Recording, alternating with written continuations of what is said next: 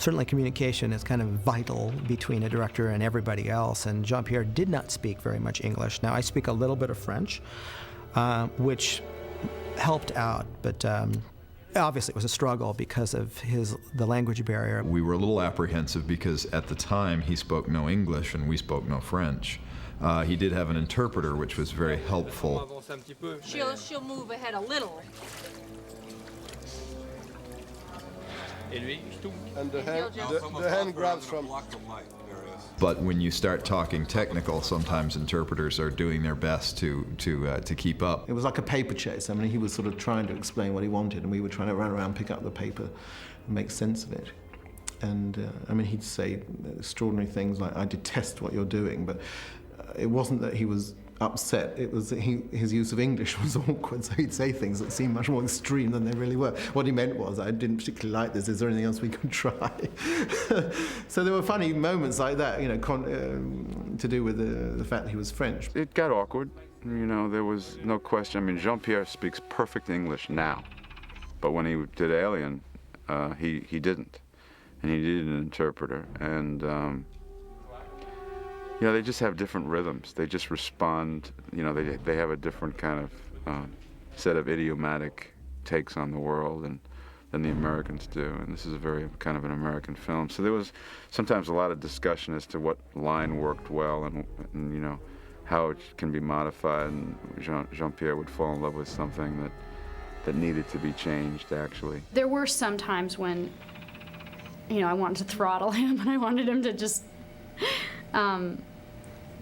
there were like certain words that, you know, I mean, it was frustrating. It was the first time that I'd worked with European directors before, but not anyone who didn't speak English. But he learned, and as much as he could, and I didn't find it a problem. Jean-Pierre's English improved dramatically during the post-production area of this film.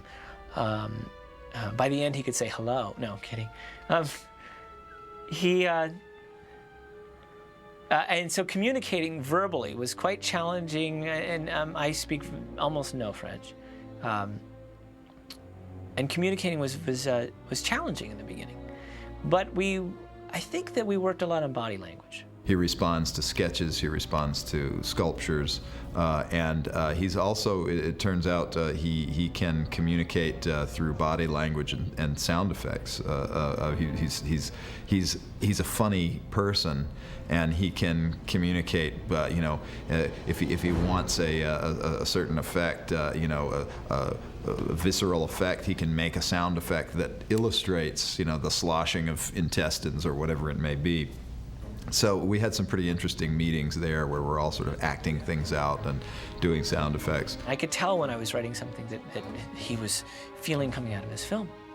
And we kept going on with that, and we started a little joke where, you know, when I really did it right, Jean-Pierre would get on his knees and bow to me like this, and so that became sort of our little joke, is when we really got to a good spot, we would both do that to each other and bow. And so we tried to get each cue to there. We never had a problem with Jean-Pierre Jeunet. Everybody, he himself would say, "I don't speak English very well." Like, there was never a point where I not only didn't understand what he said, he spoke English fine. And it was funny because that came out sort of in press releases. You know, it's a French director, he's hard to understand. He spoke English better than most of my people who work in the shop who do speak English. So it was fine. I mean, we never had a problem with that. And he was very communicative. And he would come down and look at the miniatures. His involvement was a lot. And it was actually probably one of the most involved directors we've worked with, even to this day.